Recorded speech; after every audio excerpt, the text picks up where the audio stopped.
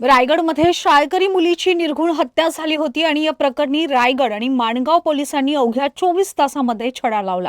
पोलिसांनी आरोपी शुभम उटेकरला अटक केली असून तो तरुणीच्याच गावातील असल्याची माहिती पोलीस तपासामध्ये उघड झाली आहे। 15 वर्षाची मुलगी सुट्टीसाठी गावी आली होती। ती सोमवारपासून बेपत्ता झाली होती आणि बुधवारी दुपारी या मुलीचा मृतदेह जंगलामध्ये आढळला होता।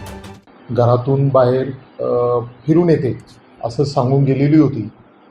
ती रात्री उशिरापर्यंत घरी आली नाही म्हणून घरातल्या लोकांनी व इतर आजूबाजूच्या लोकांनी तिचा शोध घेतला। ती त्या दिवशी पण मिळाली नाही। दिनांक परत 26/5/2026 रोजी पण मिळाली नाही।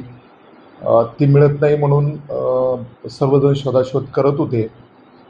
इन बिटवीन काल दिनांक 27/5/2026 रोजी त्यांना असं समजलं की त्या गावाच्या जवळच असलेल्या फॉरेस्टमध्ये तिचा मृतदेह आढळून आलेला आहे।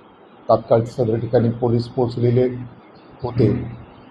त्या अनुषंगाने तिचे वडील राजेश उटेकर यांच्या फिर्यादीवरून हत्येचा गुन्हा माणगाव पोलीस ठाण्यामध्ये दाखल केलेला होता।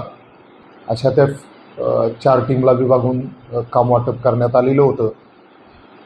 आमच्या डेटा सोर्स, तांत्रिक विश्लेषण, बातमी याच्या आधारे आम्ही त्याच गावामधील एक शुभम उटेकर नावाचा तरुण वय वर्ष 32 याला आज रोजी सकाळी 7-7:30 वाजताच्या सुमारास अटक केलेली आहे।